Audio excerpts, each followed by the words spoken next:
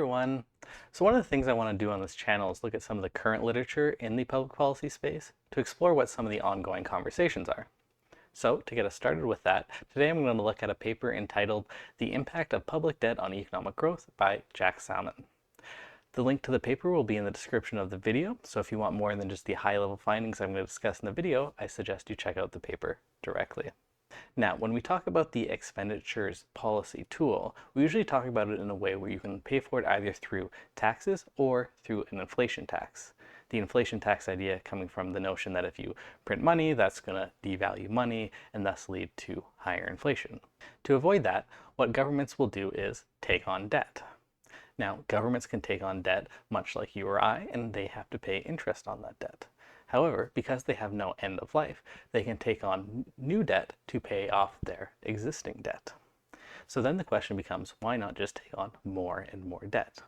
Well, one of the potential risks to doing that is, as you can guess from this paper, is lowering future economic growth. So that's what we're going to be looking at today.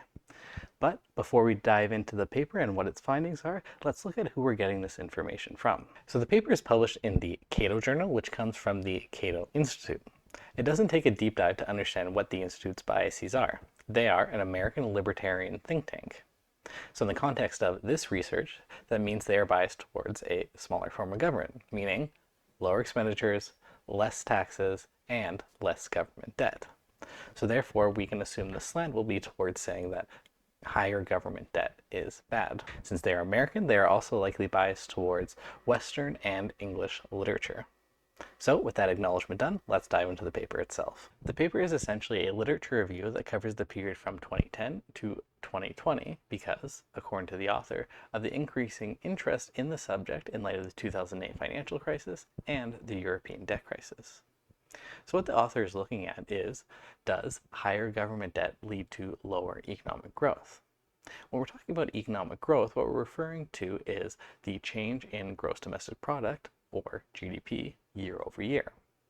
When we talk about government debt, what we're looking at is the total outstanding government debt as a percentage of GDP. Now, even though we're talking about percentages, there's no reason that we would be capped at 100%. And in fact, the USA has a government debt to GDP ratio of 122%. Before getting into the findings, this paper discusses some of the reasons why higher government debt may lead to lower economic growth. The first reason is that governments will have to increase taxes to pay for higher interest charges. As we've discussed many times on this channel, higher taxes leads to lower economic activity and thus lower economic growth. The second reason is the crowding out effect. Essentially, that government borrowing competes with private borrowing. So as government debt increases, there's less room for private borrowers to take on new debt, thus lowering private investment and future economic growth. Third, which is related to that, is higher interest rates. So because there's a greater demand for loans because of the additional government borrowing, that will increase the interest rate. The fourth reason, which is connected to these three primary reasons, is that this could lead to higher inflation. Now, since this isn't the objective of the paper, let's not discuss the validity of these claims, but it's just something that's really good to note. There are also many reasons why higher government debt may actually be good for economic growth. They're not discussed in the paper, but they are good to note. They include the positive benefits that come from additional government spending and the effects on incomes, from increasing the supply of safe investment assets, and from providing stability throughout the economic cycle. This is on top of the benefit that will come from whatever it is you're spending money on. And there's also the notion that governments can obtain a free lunch if the interest rates are actually below the growth rate. However, that's a topic for another video. So what did he find? He found that all the papers in his sample showed that higher government debt does lead to lower economic activity. The effect seems to be about 0.1 to 0.2 percentage point reduction in economic growth for every 10 percentage point increase in government debt. So, for example, a government that has 70% debt to GDP ratio and a 2% year-on-year growth would have only had a growth rate of 1.8 to 1.9% if they had a government debt to GDP ratio of 80%. So 10 percentage point increase in debt to GDP, leading to about 0.1 to 0.2 decrease in economic growth annually. Now, given that nothing is that simple, this paper also sought to see if there was a threshold level above which the impact of government debt on economic growth increased significantly. And the papers did have such a threshold, although it depended on which country you were looking at. For developed countries, the threshold seemed to be about 80% debt to GDP ratio, while for developing countries it seemed to be lower at about 60% debt to GDP ratio. This really gets into the fact that there's not going to be one number that's going to be the same across all countries, and every situation is unique.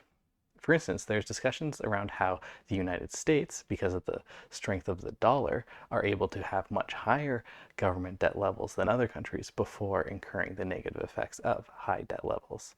So again, it's going to depend a lot on which country you're looking at, but in general, for developed countries, we're looking at about 80% as the threshold, and for developing countries, we're looking at about 60%.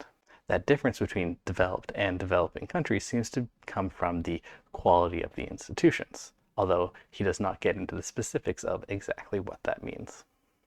So does that mean governments should never increase their debt ratio, or they should never increase it above these thresholds? Well, not necessarily.